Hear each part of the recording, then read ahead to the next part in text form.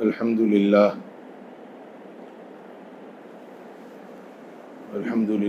رب العالمین والصلاة والسلام علی سید المرسلین محمد وآلہ وصحبہ اجمعین ومن تبعہم بإحسان الی یوم الدین، اما بعد۔ اعوذ باللہ من الشیطان الرجیم، بسم اللہ الرحمن الرحیم۔ شہر رمضان الذی انزل فیہ القرآن ھدی للناس وبینات من الھدی والفرقان، صدق اللہ العظیم۔ رب اشرح لی صدری ویسر لی امری، سبحانک لا علم لنا الا ما علمتنا انک انت العلیم الحکیم۔ سبحان ربک رب العزۃ عما یصفون وسلام علی المرسلین والحمد للہ رب العالمین۔ قابل احترام بزرگوں اور میرے عزیز دوستوں،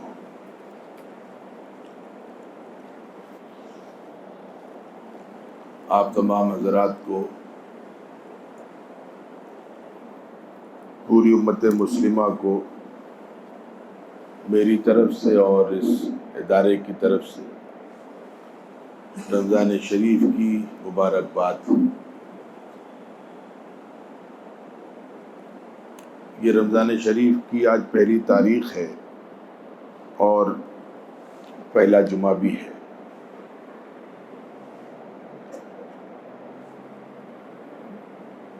بظاہر مجھے ایسا لگ رہا ہے کہ بہت سے حضرات آج جمعے میں وہ لوگ بھی ہیں جو غالباً یہاں ہر جمعے کی نماز نہیں پڑھتے ہیں،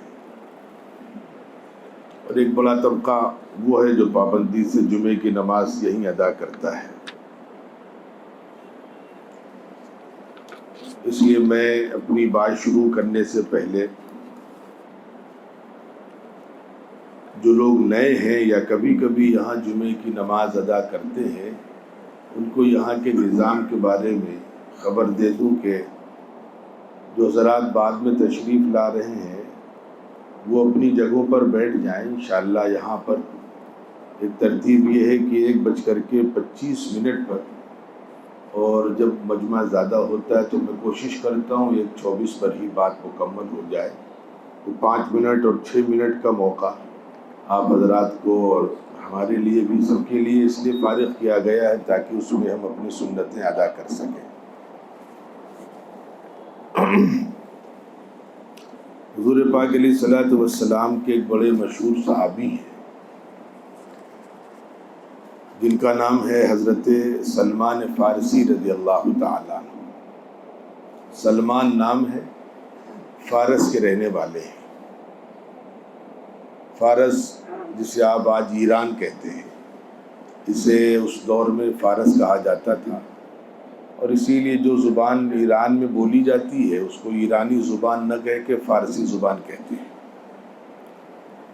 اور یہ اتفاق ہے کہ حضور پاک علیہ الصلوۃ والسلام کے دور میں ایران میں آگ کی پوجا کرنے کا نظام تھا، آگ کی پرستش کی جاتی تھی، اور جو لوگ آگ کی پرستش کرتے تھے یا ابھی بھی کرتے ہیں، اگرچہ ان کی تعداد اب بہت معمولی سی رہ گئی ہے، انہیں پارسی کہا جاتا ہے۔ یہ اسی برادری سے تعلق رکھتے ہیں، حضرت سلمان فارسی رضی اللہ تعالیٰ عنہ، بڑے صحابی ہیں، آگ کی پوجا کرتے تھے۔ ایک روز خیال آیا کہ بھئی اس کو ہم خود ہی جلاتے ہیں، اور جب ہم نہیں جلاتے یا آگ بجھ جاتی تو یہ خدا کیسے ہو سکتی ہے۔ وہیں سے ذہن میں ایک بات بیٹھی اور تلاش حق میں نکلے وہاں سے، تو غالباً شام پہنچ گئے۔ شام میں ایک عیسائی راہب کے پاس بہت روز رہے اور عیسائی ہو گئے۔ مختصر کر کے عرض کر رہا ہوں، جب ان کا اس راہب کا انتقال ہونے لگا تو انہوں نے اس راہب سے پوچھا کہ اب آپ تو اس دنیا سے جانے والے ہیں، میرے لیے کیا ہدایت ہے؟ آپ کے جانے کے بعد کوئی خاص نصیحتیں مجھے کر دیں۔ تو اس راہب نے کہا کہ جہاں تک میرا علم مجھے بتلاتا ہے کہ وہ آخری پیغمبر اب آنے والے ہیں، اب تم کہیں اور نہ جاؤ، جس علاقے کے سلسلے میں بشارتیں دی گئی ہیں اسے اس دور میں یثرب کہا جاتا تھا، اور حضور پاک علیہ الصلوۃ والسلام نے اس شہر کا نام مدینہ رکھا۔ گویا کہ اس نے یہ وصیت یا نصیحت کی کہ تم مدینے چلے جاؤ۔ حضرت سلمان فارسی رضی اللہ تعالیٰ عنہ مدینہ منورہ پہنچ گئے، ایک لمبی داستان ہے ان کی، اور ایک یہودی کے یہاں غلام ہو گئے، یہودی کے یہاں کام کرنے لگے۔ عمر بہت زیادہ تھی، لیکن وہ مقصد کام کرنا نہیں تھا، مقصد یہ تھا کہ اس پیغمبر سے ملاقات ہو جائے۔ خیر اللہ کا کرم ہوا کہ حضور پاک علیہ الصلوۃ والسلام ہجرت فرما کر مدینہ منورہ تشریف لے گئے۔ ان کو بہت سی علامتیں بتلائی گئی تھیں، اس میں سے انہوں نے ایک روز امتحان لیا اور اس یہودی سے کچھ کھجوریں لیں اور حضور کی خدمت میں پہنچ گئے اور جا کر کے کہا کہ یہ میری طرف سے صدقہ ہے، اسے قبول فرمائے۔ حضور پاک علیہ الصلوۃ والسلام نے فرمایا کہ میں صدقہ نہیں کھاتا، اور آپ نے وہ کھجوریں لے کر کے غرباء صحابہ کو دے دی۔ انہیں بڑا اطمینان ہوا، چونکہ انہوں نے پڑھا تھا کہ جو آخری پیغمبر آئیں گے وہ صدقہ نہیں قبول کریں گے۔ پھر چند روز کے بعد پھر کھجوریں اتنی اپنے مالک سے، یہودی سے، اور جا کر کے پیش کی اور کہا کہ یہ میری طرف سے ہدیہ ہے۔ حضور پاک علیہ الصلوۃ والسلام نے ہدیہ قبول فرما لیا۔ انہیں بڑا اطمینان ہوا کہ چلو اللہ کا شکر احسان ہے کہ میں صحیح جگہ پہنچ گیا۔ پھر 2-3 علامتیں ان کے ذہن میں اور تھیں، انہوں نے ان علامتوں کو دیکھا۔ اس میں بطور خاص ایک علامت یہ تھی کہ حضور پاک علیہ الصلوۃ والسلام کی پشت پر مہر نبوت بھی تھی۔ ایک روز آپ نے چادر یوں پلٹی، یہ مستقل نظر میں رکھتے تھے اور نظر پڑ گئی، اس کے بعد انہوں نے اسلام قبول کر لیا اور حضور کی خدمت میں ہی رہے۔ چنانچہ حضور پاک علیہ الصلوۃ والسلام ان سے بڑی محبت فرماتے تھے کہ کہاں فارس اور کہاں شام اور پھر کہاں یمن، وہ مدینہ ایک شخص حق کی تلاش میں کتنی قربانیاں دے رہا ہے، اور راستے میں اس کو کتنی آزمائشیں ہیں، نوکری کرنی پڑ رہی ہے، غلامی کرنی پڑ رہی ہے۔ تو آپ فرماتے تھے سلمان مجھ سے ہیں اور میں سلمان میں سے۔ گویا کہ سلمان فارسی رضی اللہ تعالیٰ عنہ کو آپ نے اپنے گھر کے فرد میں شمار کیا۔ خیر، حضرت سلمان فارسی رضی اللہ تعالیٰ عنہ کی بات اس لیے میں نے عرض کی کہ ایک بڑی مشہور حدیث ہے جس کے یہ راوی ہیں، حضرت سلمان فارسی رضی اللہ تعالیٰ عنہ۔ میں نے کوشش یہ کی کہ آج وہ اللہ کرے اس حدیث کا خلاصہ آپ کی خدمت میں آ جائے۔ حضور پاک علیہ الصلوۃ والسلام کی عادت شریفہ یہ تھی کہ رمضان شریف سے غالباً ایک روز پہلے، یعنی کل کی جو تاریخ گزری ہے، اس روز حضرات صحابہ کو جمع فرمایا اور رمضان شریف کے حوالے سے کچھ قیمتی باتیں ارشاد فرمائیں، اور وہ پوری حدیث حضرت سلمان فارسی رضی اللہ تعالیٰ عنہ نے محفوظ فرما کر کے ہم لوگوں تک پہنچوا دی ہے۔ چنانچہ حضور پاک علیہ الصلوۃ والسلام کے میں الفاظ نہیں پڑھ رہا ہوں، اس کا خلاصہ پڑھ رہا ہوں، پہلے اس کو پڑھ لیا جائے، پھر انشاءاللہ اس کی بیچ میں مختصر تشریح بھی کر لیں گے۔ بسم اللہ الرحمن الرحیم۔ حضرت سیدنا سلمان فارسی رضی اللہ تعالیٰ عنہ سے روایت ہے، فرماتے ہیں کہ رسول کریم صلی اللہ علیہ وسلم نے شعبان المعظم کے آخری دن ہم سے خطاب فرمایا، یعنی کل شعبان کا آخری دن تھا، اس روز خطاب فرمایا لوگو، تم پر ایک عظیم مہینہ سایہ فگن ہونے والا ہے، یہ مہینہ بڑی برکت والا ہے۔ اس مہینے میں ایک رات ایسی ہے جو 1000 مہینوں سے افضل ہے۔ اس ماہ مبارک کے روزے اللہ نے فرض فرمائے ہیں، اور اس کی راتوں کا قیام یعنی نماز تراویح نفلی عبادت بھی اللہ نے رکھی ہے۔ جو کوئی صاحب ایمان اس ماہ مبارک میں اللہ کی رضا اور قرب حاصل کرنے کے لیے غیر فرض عبادت یعنی سنت یا نفل ادا کرے گا، وہ گویا ایسے ہوگا جیسے اس نے دوسرے مہینے میں ایک فرض ادا کیا ہے۔ اگر ہم اس مہینے اللہ کی توفیق سے کوئی نفلی کام کرتے ہیں تو اس کا ثواب فرض کے برابر ہے، اور اگر کوئی فرض کام ہم کرتے ہیں تو اس کا ثواب 70 فرض کے برابر ہے۔ فرض کا ثواب کیا ہوتا ہے اس کو سمجھ لیجیے۔ اللہ تعالیٰ ہمیں بہرکیف رمضان شریف کا جو خاص مقصد ہے، یہ ٹریننگ سیشن ہے کہ اس میں گاڑی کی جس طریقے سے سروسنگ ہوتی ہے، ایسے ہی ہمارے نظام کی، ہمارے روح کی، ہمارے فکر کی، ہمارے عقیدے کی اس میں سروس ہو جائے، تاکہ رمضان کے بعد اخیر تک یہ گاڑی صحیح ڈھرے پر چلتی رہے۔ فرض کا ثواب کیا ہے پہلے وہ سمجھ لیں، تاکہ تب سمجھ میں آئے گا یہ نفل کو فرض کے برابر اور فرض کو 70 گنا جو حضور پاک علیہ الصلوۃ والسلام نے ارشاد فرمایا، اس کا مفہوم کیا ہے۔ مثال کے طور پر رمضان شریف کا روزہ چل رہا ہے، اللہ نہ کرے ہم میں سے کوئی شخص بغیر کسی عذر شرعی کے جان بوجھ کر کے غفلت میں روزہ چھوڑ دے۔ کہ روزہ رکھنا فرض ہے، عذر شرعی کا مطلب ہے کہ ایک آدمی بیمار ہے، سفر میں ہے، یا صحت مند ہے لیکن اس کی صبح آنکھ نہیں کھلی، بھول گیا، وہ تو معاف ہے۔ لیکن اگر ایک شخص گھر پہ ہے، صحت مند ہے، بیمار بھی نہیں ہے، اس پر روزہ فرض تھا، صبح اس کی آنکھ بھی کھلی پھر بھی اس نے روزہ نہیں رکھا، تو گویا اس نے ایک فرض روزہ چھوڑ دیا، گنہگار ہے، اس کے ذمے اس کی قضا لازم ہے۔ رمضان شریف کے بعد جتنی جلدی ہو سکے اس روزے کی قضا کرے گا، گناہ سے تھوڑا بہت بچ جائے گا، قضا کی صورت میں ثواب بالکل نہیں ملے گا۔ لیکن اگر کبھی اس کے دل میں خیال آیا کہ یار میں نے بڑا گناہ کیا، ہمارے بڑے بھائی، ہمارے چھوٹے بھائی، ہمارے دوست سب نے روزے رکھے اور ہم نے روزہ چھوڑ دیا مفت میں، تو اس نے طے کر لیا کہ اب ہمیں جتنا ہمارا ثواب چھوٹا ہے یہ ثواب ہمیں حاصل کرنا ہے۔ اب کیسے حاصل کریں؟ اس لیے کہ یہ روزہ تو ملنا نہیں، اب اگلے سال رمضان آئیں گے تو وہ روزے فرض ہو کر کے آئیں گے، اب جو گیا سو گیا ہاتھ سے۔ اب ایسا تو ہے نہیں بیچ میں اللہ تعالیٰ 10 دن کے لیے کوئی ہمیں ٹائم دے دیں گے کہ رمضان کے برابر ہے، نہیں۔ اب رمضان اگر ملیں گے تو وہ تو نئے سرے سے ملیں گے نا۔ تو اس نے طے کر لیا کہ ہم پوری زندگی روزہ رکھیں گے، پوری زندگی نفلی روزہ رکھیں گے، تاکہ ہمارا جو ثواب چھوٹ گیا ہے مجھ سے وہ ثواب ہمیں حاصل ہو جائے۔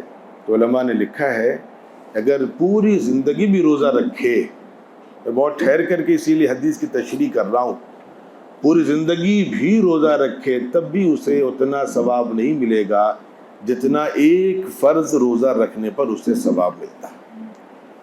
یہ ہے فرض کا ثواب، تاکہ ہمیں سمجھ تو آئے نا کہ نفل کو فرض کے برابر کیا تو مطلب کیا اس کا۔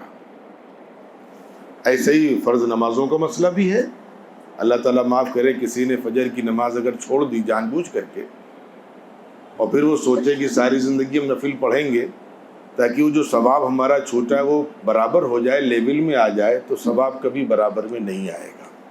یہ فرض کا اللہ نے ثواب رکھا ہے اور فرض کو اللہ نے 70 گنا بڑھا دیا ہے۔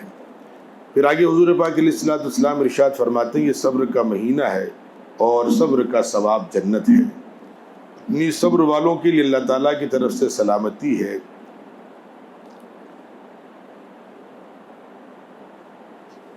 بیچ میں چند آیتیں ہیں قرآن مجید کی، اس کا ترجمہ کر دیا گیا ہے۔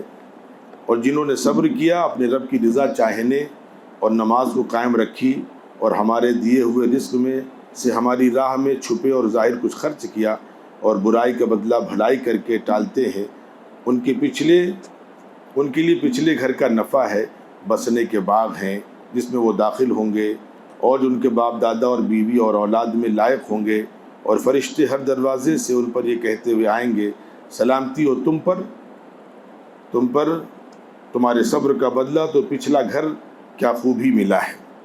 بہرکیف یہ بیچ میں کچھ باتیں آ گئیں۔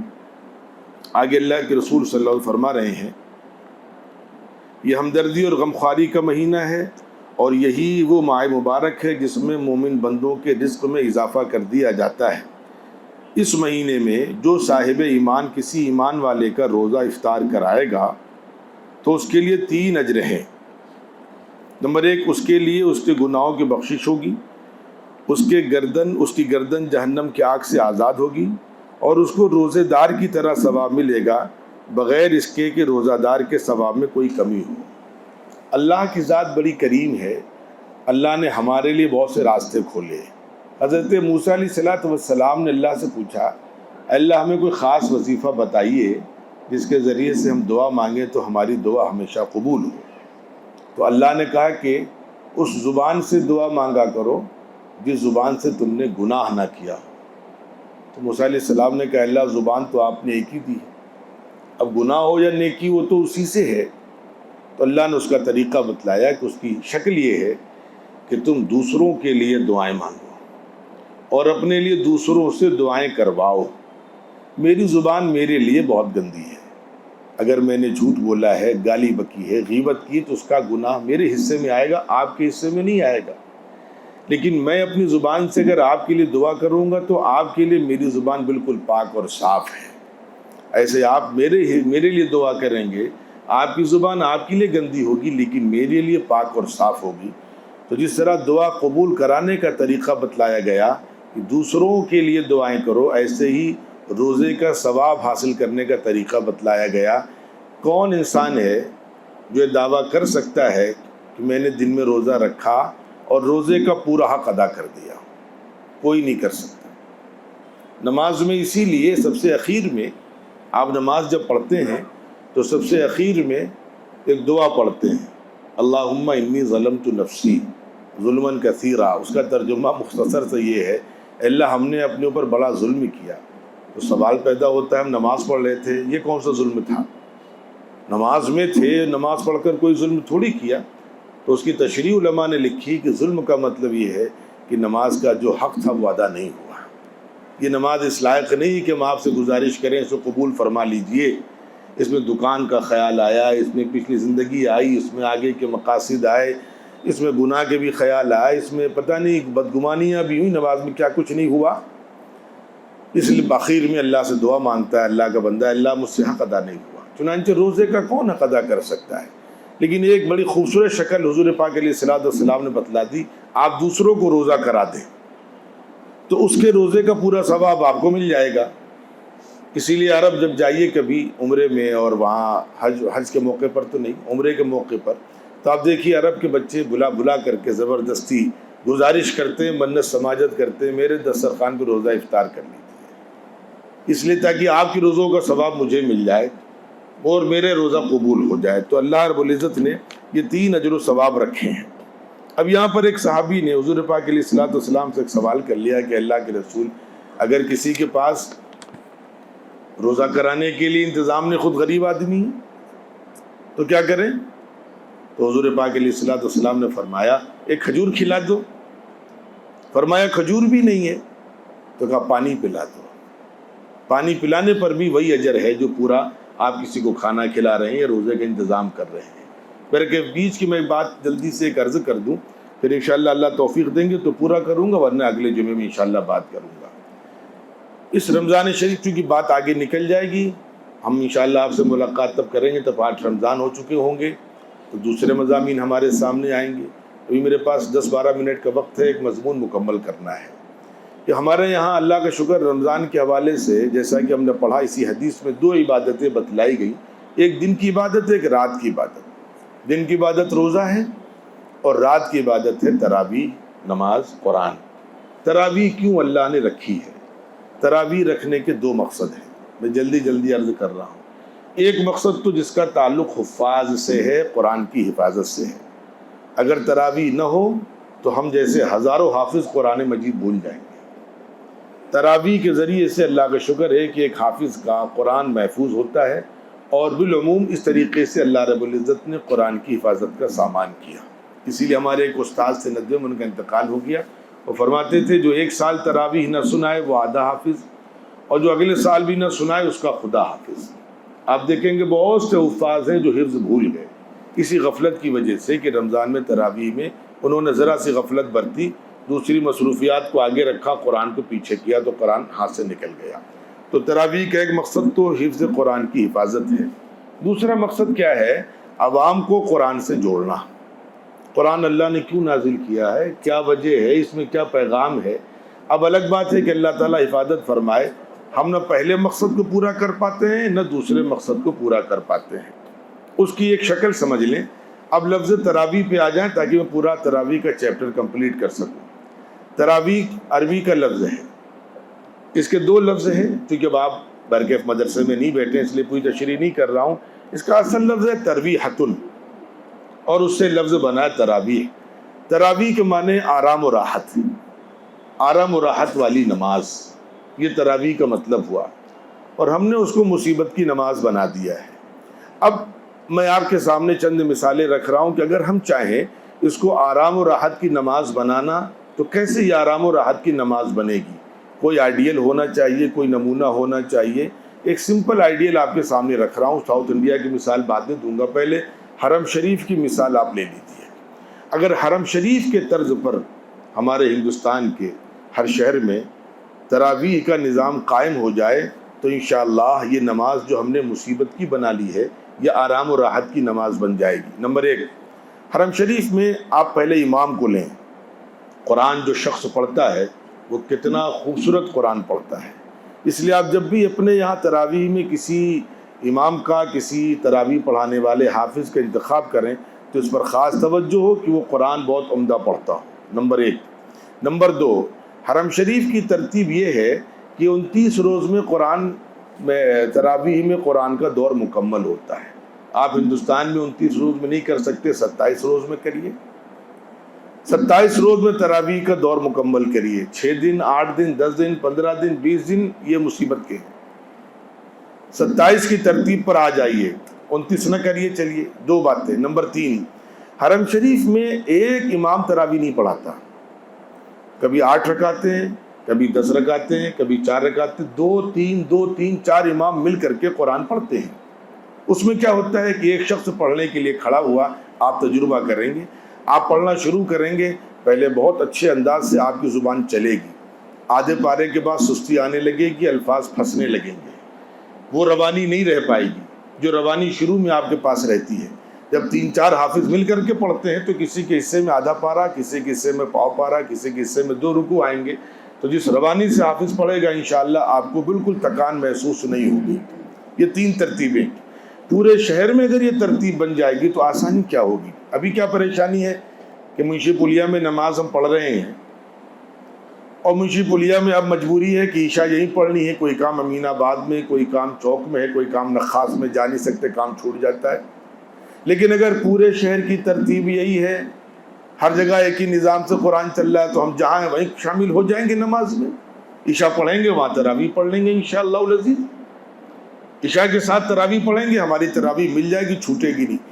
بیچ میں ایک بات درمیان میں اپنے مطلب کی بیچ میں عرض کر دوں، اگرچہ میں امام نہیں ہوں کہیں بھی، لیکن مطلب کی بات عرض کر دوں۔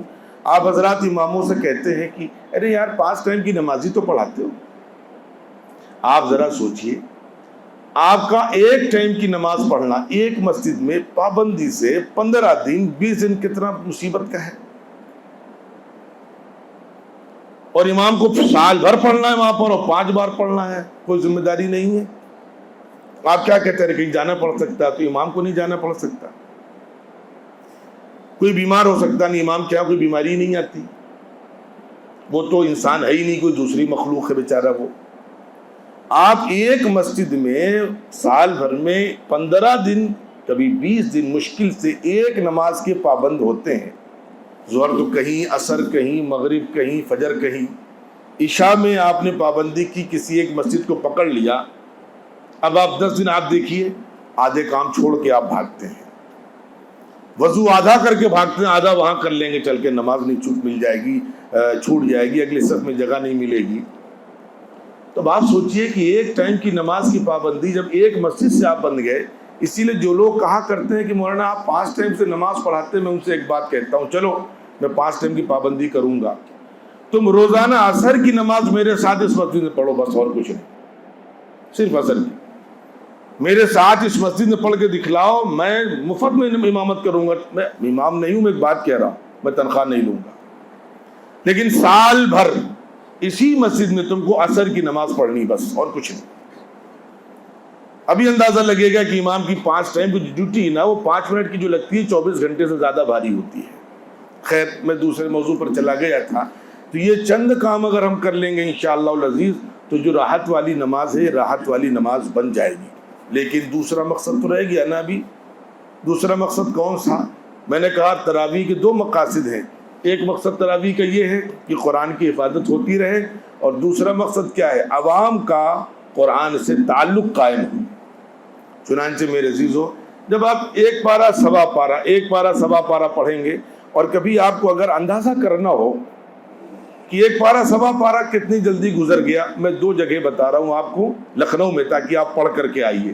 ایک ابھی کبھی موقع لگے تو مرکز چلے جائیے, لکھنؤ کا جو تبلیغی جماعت کا مرکز امین آباد میں, وہیں تراویح پڑھ لیجیے. پھر آپ کو لگے گا کہ اچھا قرآن جب پڑھا جاتا ہے تو نیند بھی نہیں آتی, تکان بھی نہیں محسوس ہوتی. اور ندوے اگر مرکز نہیں جا سکتے تو ندوے چلے جائیے, وہاں بھی سوا پارے چلیں گے شروع, بعد میں 1 پارہ چلے گا. آپ کو لگے گا ہی نہیں کہ آپ تراویح پڑھ کے آئیں, لگے گا عشاء کی نماز پڑھ کر کے آپ آئیں گے. بلکہ دوسرا مضمون تھا. لیکن جب 1 پارہ پڑھیں گے آپ, سوا پارہ پڑھیں گے تو آپ تھکیں گے بھی نہیں. بعد میں کیا ہوگا؟ جن حضرات کو اللہ توفیق دے, بعض مسجدوں میں ایک نظام ہے کہ عشاء سے پہلے ترتیب بنائی ہے, بعض مسجدوں میں عشاء کے بعد. آپ پوری زندگی گزر گئی, ہمیں کبھی قرآن پورے ترجمے کے ساتھ پڑھنے کی توفیق نہیں ملی. پوری زندگی کی بات کر رہا ہوں میں.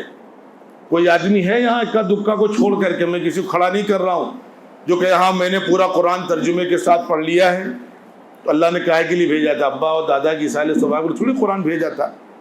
آخر اس میں لکھا کیا ہے, کیا پیغام ہے, کیا احکامات ہیں, کیا ہدایات ہیں؟ سورہ فاتحہ میں کیا ہے, سورہ اخلاص میں کیا ہے؟ چلو رمضان میں ہم کم سے کم 10 سورتوں کا خلاصہ ہی یاد کر لیں. علم تر کیف میں کیا باتیں ہیں, سورہ لیلاف قریش میں کیا باتیں ہیں, ارایت الذی میں کیا باتیں کہی گئی ہیں. پڑھتے تو آ رہے ہیں بچپن سے, 80 سال کی عمر ہو گئی,